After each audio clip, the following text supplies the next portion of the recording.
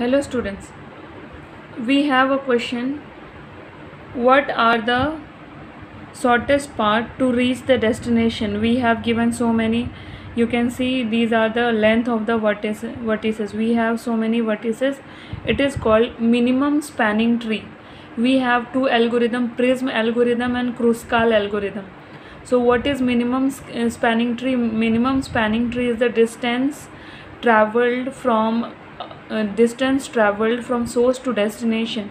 Means obviously we want that we in shortest time, means it is called time complexity.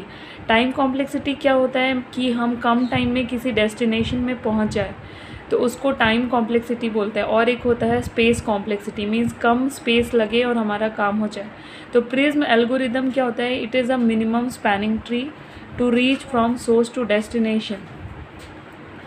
So we have prism algorithm. We have to find out कि A to F में पहुंचने के लिए कितना distance या कौन सा path लगेगा. So you can see first it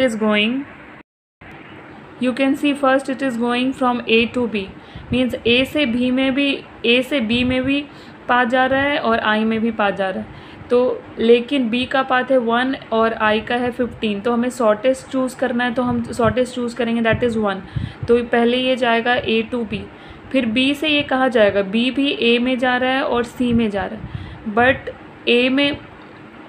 be से ये कहाँ जाएगा? सी में, क्योंकि ये ए ऑलरेडी ट्रैवर्स कर चुका है. मीन्स ऑलरेडी इसने ये पाथ विजिट कर लिया. तो ये किस में जाएगा? सी में जाएगा, दैट इज़ 5. अब सी किस में जाएगा? सी भी बी से कनेक्टेड है और ई से कनेक्टेड है. तो सी बी में ऑलरेडी जा चुका है, तो ये किस में जाएगा? ई में जाएगा, दैट इज़ 2. अब ई का क्या है? ई सी में भी पाथ है और डी में भी पाथ है. तो किस में जाएगा? ई डी में जाएगा, क्योंकि सी ऑलरेडी विजिटेड है. अभी डी से डी एफ में भी जा रहा है और डी सी में भी जा रहा है, लेकिन डी एफ में भी जा रहा है लेकिन और डी सी में भी जा रहा है, लेकिन 9 है. डी से एफ में क्या है? 9 है. We have the length is edge 9. तो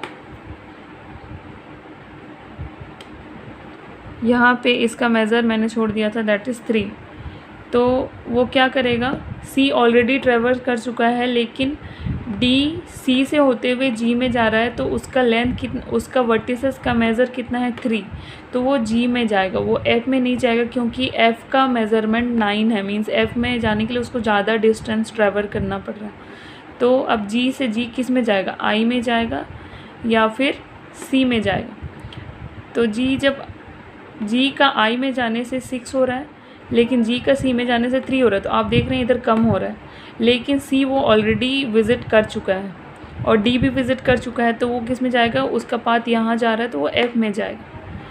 अब एफ़ क्या है? एफ़ एच से भी कनेक्टेड है, आई से भी कनेक्टेड है. तो एच से कनेक्टेड है तो 12 है, लेकिन आई में वो क्या है? 10 है. तो वो किस में जाएगा? आई में जाएगा. फिर आई किस में जाएगा? आई जी से भी कनेक्टेड है और एच से भी कनेक्टेड है. तो जी क्या है? ऑलरेडी ट्रैवर्स्ड है. तो जी आई किस में जाएगा? एच में जाएगा. इस तरह हम सारे वर्टिसेस को ट्रैवर्स कर लेंगे. ट्रैवर्स करना मतलब विजिट करना, वन वर्टिक्स से दूसरे vertices.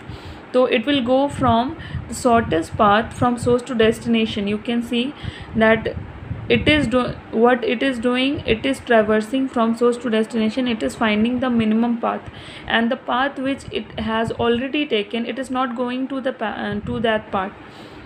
Means through that part it is going to some another part which is connected to that part only.